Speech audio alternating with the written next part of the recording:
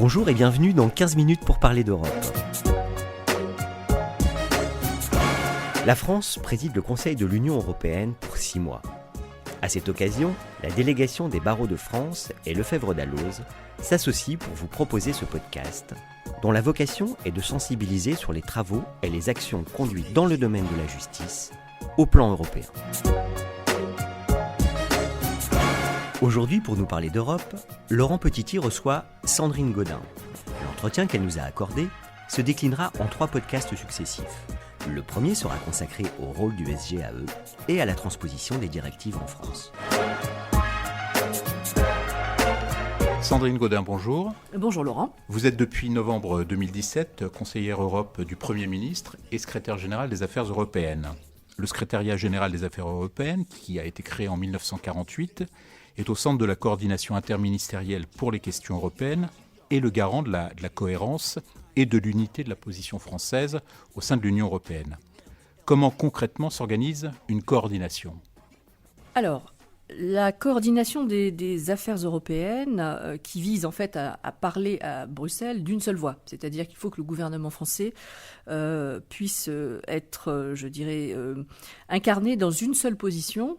Et comme d'ailleurs c'est le cas pour d'autres domaines, mais en tout cas vis-à-vis de l'extérieur, vis-à-vis des Européens, lorsque une autorité prend la parole à Bruxelles, il n'y a qu'une seule position, estampillée secrétariat général des affaires européennes. Comment est-ce qu'on s'y prend ? On s'y prend comme pour n'importe quel dossier qui mérite plusieurs regards. On réunit les ministères, chacun arrive avec sa position, son angle de vue, son champ de vision sur le sujet, et nous essayons de trouver une position par rapport à un texte en négociation qui puisse satisfaire toutes ces visions qui peuvent être divergentes au départ et être consolidées dans une seule vision commune. La préparation des positions françaises, donc la coordination des affaires européennes, elle peut mener jusqu'à une nécessité d'arbitrer, de faire arbitrer le Premier ministre, c'est-à-dire de définir une position qui n'est pas forcément une position de celle d'un ou l'autre des ministères en question. Ça peut être une autre position dégagée à partir du débat. Mais en tout cas, ce qu'il est important de savoir, c'est que c'est pour cela qu'on a placé le secrétaire général des Affaires européennes sous l'autorité du Premier ministre, parce qu'il permet du coup d'être positionné dans une fonction qui lui permet de faire remonter à l'arbitrage toute une série de décisions qui sont nécessaires pour définir la position française dans les négociations à Bruxelles.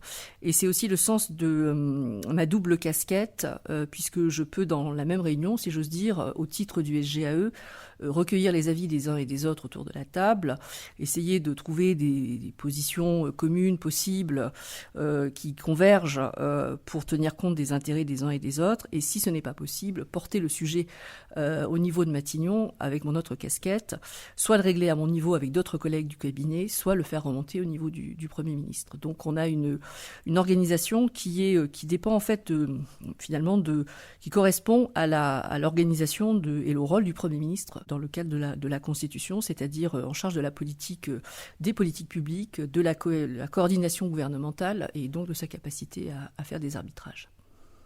Le SGAE veille également à la bonne transposition des directives de l'Union européenne en droit interne. La France a-t-elle progressé ces dernières années en termes d'efficacité et de respect des exigences de transposition ? C'est un sujet important parce que c'est celui de la mise en œuvre en fait du droit de l'Union, c'est-à-dire que on peut considérer que le SGAE est un endroit, une machine à fabriquer des positions françaises pour des négociations, et qu'ensuite ces négociations, elles visent à se mettre d'accord sur des textes, des réglementations, des règlements, des directives, des accords, des décisions, et puis ensuite, à charge pour les ministères de les mettre en œuvre et de les transposer. En fait, nous avons une fonction là aussi de surveillance, de tour de contrôle de ce que font les ministères en matière de transposition.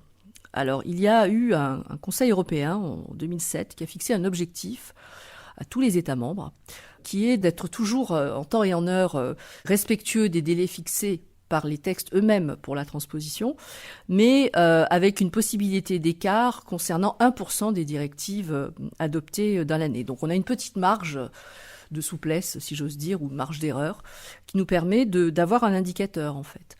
Et donc, nous faisons de gros efforts permanents pour essayer de combler ce retard de transposition. Et depuis 4 ans, nous avons mis les bouchées doubles parce que j'estimais qu'il était important, avant la présidence du Conseil de l'Union européenne, que nous avons prise au 1er janvier 2022, il était important d'arriver avec un bilan le plus positif possible pour montrer que nous sommes dans une forme d'exemplarité et de respect total de nos engagements bruxellois, puisque nos engagements portent sur le respect de la date de transposition. Et donc nous avons un déficit, non pas de 1%, comme c'est la latitude donnée, mais de 0,3%. C'est-à-dire que nous avons seulement quelques textes qui sont en retard de transposition, dont certains sont des textes qui nécessitent des véhicules législatifs, donc qui passent par des lois ou des propositions de loi, et pour lequel, j'allais dire, le calendrier parlementaire est parfois peu favorable aux souhaits du gouvernement, puisque ce n'est pas nous qui le fixons par définition. Donc nous sommes presque bons, si j'ose dire, presque au rendez-vous. Et c'est très important parce que nous avons, si nous ne respectons pas cet objectif, nous avons une procédure d'infraction qui se déclenche automatiquement au premier jour du retard de transposition. Ces procédures d'infraction, elles engendrent évidemment des discussions avec la Commission, des reportings à faire, etc., qui nous prennent beaucoup de temps. Or, il vaut mieux consacrer ce temps, en fait, à la recherche de la bonne transposition. On a eu aussi quelques difficultés du fait de la crise sanitaire, parce que pour tout ce qui concerne la transposition qui nécessite des textes réglementaires, décrets, arrêtés, il faut parfois passer par le Conseil d'État. Et le Conseil d'État a été extrêmement sollicité pendant la crise sanitaire parce qu'il y avait énormément de textes liés à la gestion de l'urgence sanitaire. Et il n'a pas pu, je dirais, absorber toute la quantité de textes réglementaires qu'il fallait absorber pour que nous soyons au rendez-vous au 1er janvier 2022. Donc on a ce léger retard qui, moi, m'ennuie un petit peu et me chiffonne parce que je dirais que sans la crise sanitaire, nous y étions. Et malheureusement, avec la crise sanitaire, on n'aura pas été complètement au rendez-vous. Ceci étant, notre performance, elle est quand même très bonne. Nous sommes numéro 3 dans la liste des meilleurs États membres, je dirais, qui sont en phase avec cet objectif de bonne transposition. Après, il y a une question de qualité de transposition aussi. C'est pas qu'une question quantitative. Il faut aussi, et c'est pas à vous, juristes, que je vais l'apprendre, il faut aussi que la transposition soit de bonne qualité. Il faut que la négociation et le texte soient de bonne qualité lorsqu'on en décide les contours, mais il faut qu'ensuite il y ait une très bonne transposition pour éviter aussi des défaillances de mise en œuvre et donc des infractions par la suite et donc des ennuis contentieux éventuellement.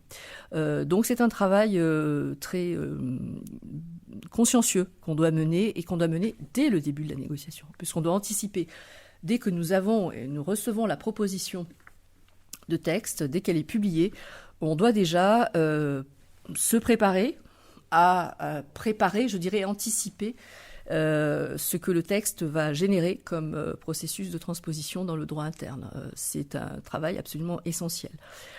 Donc on s'améliore, on s'est amélioré, mais c'est une tension permanente que nous devons garder sur les ministères qui, je dirais, se mobilisent, ma foi, beaucoup, mais qui parfois sont soumis, comme je le disais, aux aléas du calendrier parlementaire.